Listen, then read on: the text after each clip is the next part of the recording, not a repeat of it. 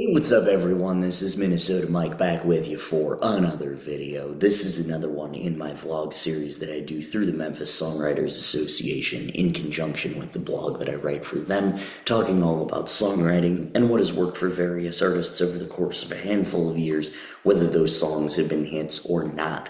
So this latest kick that I'm on is called Won't You Show Me Everything You Know, and these are all songs about science.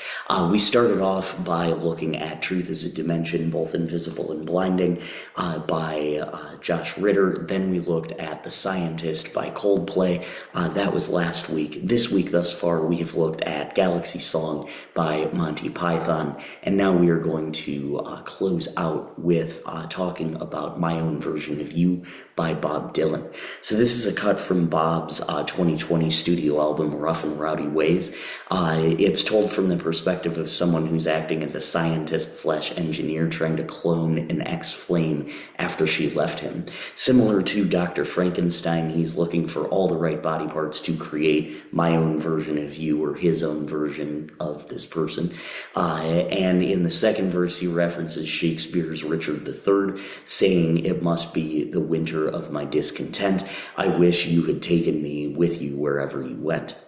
The immediate parallel to Dr. Frankenstein and his monster is evident, but of course, Bob doesn't go for the easy parallel. He says he's going to take Scarface, Pacino, and the Godfather Brando, mix them up in a tank, and get a robot commando. He goes on throughout the whole song discussing his ideal version of his former flame.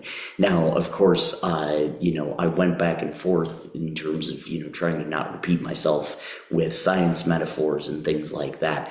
And so I finally landed on some engineering, since that, mixes some science in with it, and that is exactly what this song does in the lyrics.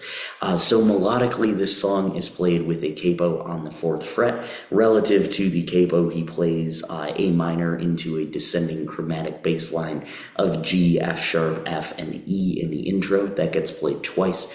The song is recorded with a key pitch of C sharp minor, but relative to the capo on the 4th fret, we will talk in terms of A minor, so this is a 1-7-6-5 pattern. The verses then use the same 1-7-6-5 pattern played twice, followed by D minor 7, F slash C, G7 slash B, and B7, which is a 4-6-7-2 pattern. That's followed by A minor G, G sharp, and F sharp, a 1-7 flat 7th and 6 pattern, while the chorus uses F7, A minor, and that is a 6-1 pattern. The refrain slash chorus uses A7, D flat minor, A7 and D flat minor, which are the 1 and flat 4th chords. Instrumentally, the song contains acoustic and electric guitar, as well as bass and drums. Of note, though, when you see Bob Dylan live, he will play this on the piano, because he hasn't been playing guitar live for the past, 25 years or so. But structurally, the song contains all verses, of which there are 15. The sound on this particular album is perfectly encapsulated with simple bluesy arrangements that allow for short yet lyrically complex arrangements. And the narrator's obsession keeps getting more and more intense as each verse goes on, and there's therefore not an unnecessary detail even within those 15 verses, and not an unnecessary verse in the bunch either. So you can listen to my own version of You below. It is linked in the description of this particular video.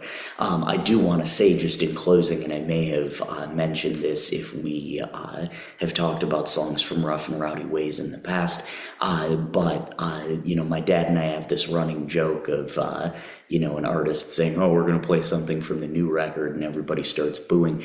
But this particular album is kind of harkens back to the Time Out of Mind sound, just kind of that dark bluesy introspective feel to it.